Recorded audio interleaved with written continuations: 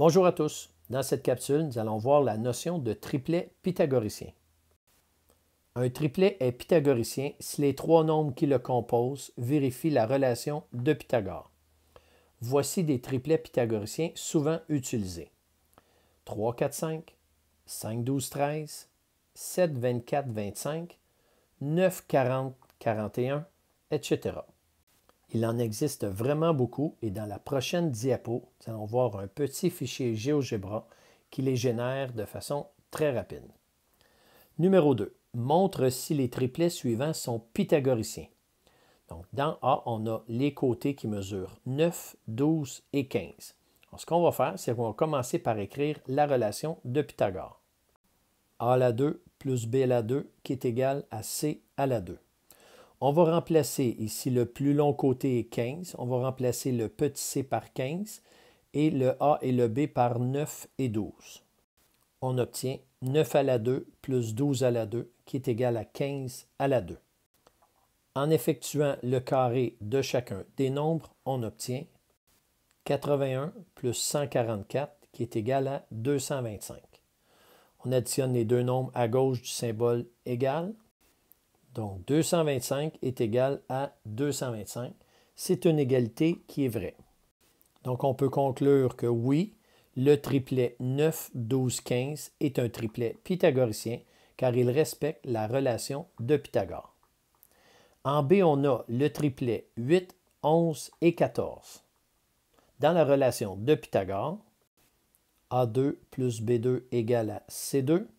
On remplace le A et le B par 8 et 11 et le C par 14 puisque 14 est le plus grand nombre. Ce qui nous donne 8 à la 2 plus 11 à la 2 qui est égal à 14 à la 2. On effectue le carré de chacun des nombres. 64 plus 121 est égal à 196. On additionne les deux nombres du membre de gauche et on obtient 185 qui est égal à 196. Effectivement, cette égalité est fausse.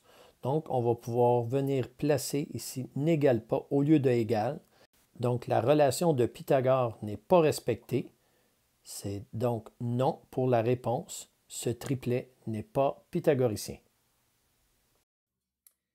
Ici, on utilise un petit fichier GeoGebra trouvé dans les ressources de GeoGebra pour nous aider à déterminer plusieurs triplets pythagoriciens.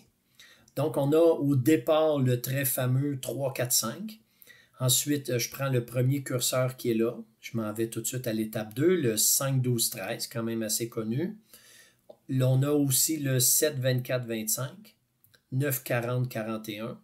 Je poursuis 11, 60, 61 et ainsi de suite. Il y en a vraiment beaucoup. On peut aussi utiliser le deuxième curseur pour les multiples. Donc, si je reprends le fameux 3, 4, 5, bien, si on a un facteur multiplicatif qui est 2, on va obtenir 6, 8, 10. Si notre facteur multiplicatif est 3, 9, 12, 15. 12, 16, 20, 6 et 4. Et ainsi de suite. Je vais changer de triplet pythagoricien. Donc, au lieu de 3, 4, 5, je viens prendre par exemple 7, 24, 25. Avec un facteur multiplicatif de 2, on obtient 14, 48, 50. Un facteur multiplicatif de 3, 21, 72, 75. Et ainsi de suite. Donc, voilà comment générer des triplets pythagoriciens rapidement avec les ressources de GeoGebra.